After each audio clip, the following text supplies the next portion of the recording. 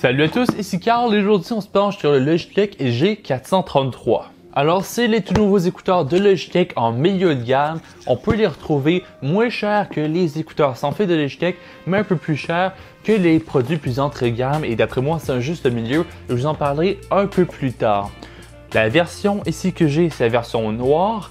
La version bleue et la version bleu camo sont disponibles en plus d'une version rouge, donc vraiment des designs pour tous. Personnellement, j'aurais aimé avoir la version bleue, mais seulement la version noire était disponible. Je me plains pas, noir c'est très neutre, ça fonctionne bien pour tous.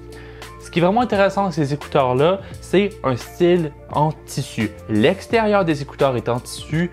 Les écouteurs en tant que tels, les mousses en tissu ainsi que le bandeau, le tout est vraiment spécial. À l'intérieur de la boîte, on va voir deux mousses pour les écouteurs. La première qui est vraiment plus trop rugueuse, qui frotte vraiment sur les cheveux, sur la barbe, etc. C'est pas très confortable, je l'ai rapidement changé pour ceux en velours, c'est vraiment plus agréable. On va voir deux câbles, un câble court pour votre appareil mobile et un câble long pour votre ordinateur.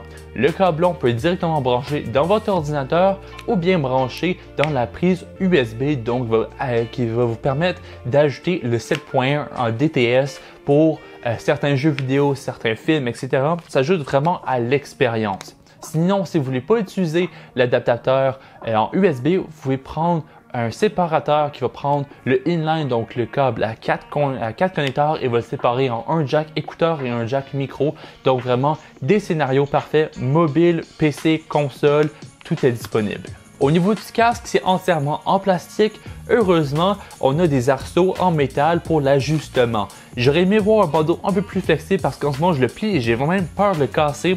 Une chose que j'ai bien aimé, c'est le fait qu'on puisse tourner les écouteurs. Donc si je les mets autour de mon cou, on peut juste les appuyer comme ça. C'est vraiment plus confortable que les mettre juste comme ça ici. Ça gêne le cou. Ici, c'est vraiment plus fluide. On peut mieux tourner la tête.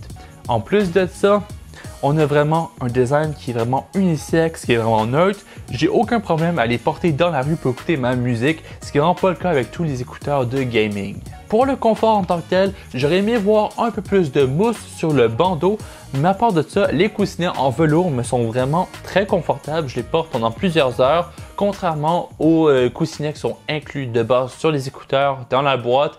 Donc, c'est vraiment quelque chose d'une option peut-être personnelle, mais personnellement, je suis vraiment mieux avec ces écouteurs-là en velours. Personnellement, je suis vraiment satisfait.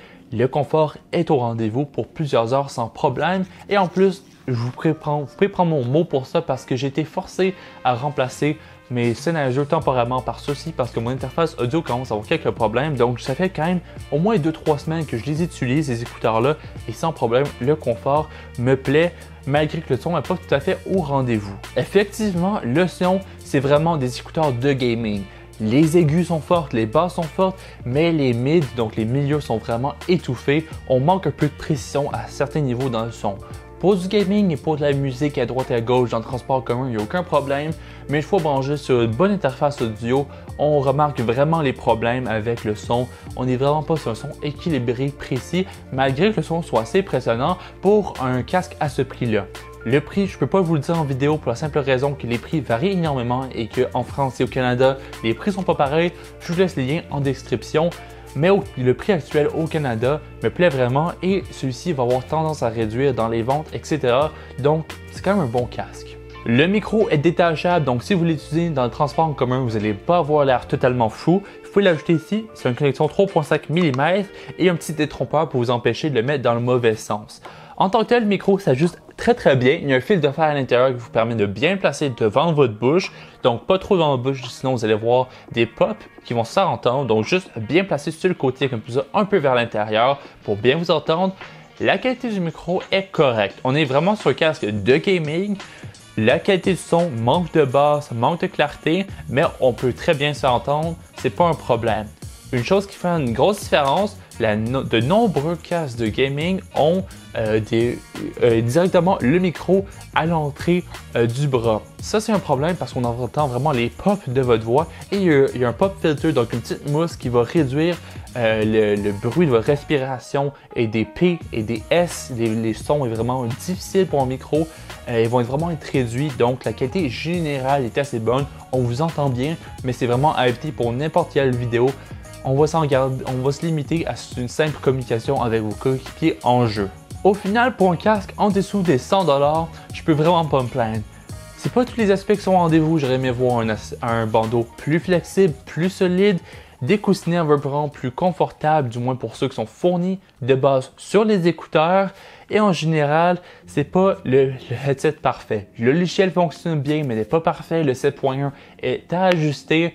Mais en général, puisqu'on est en dessous des 100$, je suis quand même très content de ce que Logitech a fait. C'est vraiment quelque chose de peu commun, avoir un casque entièrement avec une finition en tissu. C'est vraiment quelque chose de unique sur le marché. Et je dois quand même féliciter la marque d'avoir quelque chose de nouveau sur le marché, alors que la majorité des headsets, des casques, pardon, sur en magasin en ce moment se ressemblent vraiment tous. Donc, je suis content de voir Logitech qui apporte un peu de nouveau sur le marché.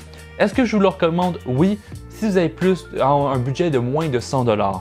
Évidemment, HyperX ont vraiment une bonne compétition avec ceux-ci. Au final, ça va être une question de préférence personnelle.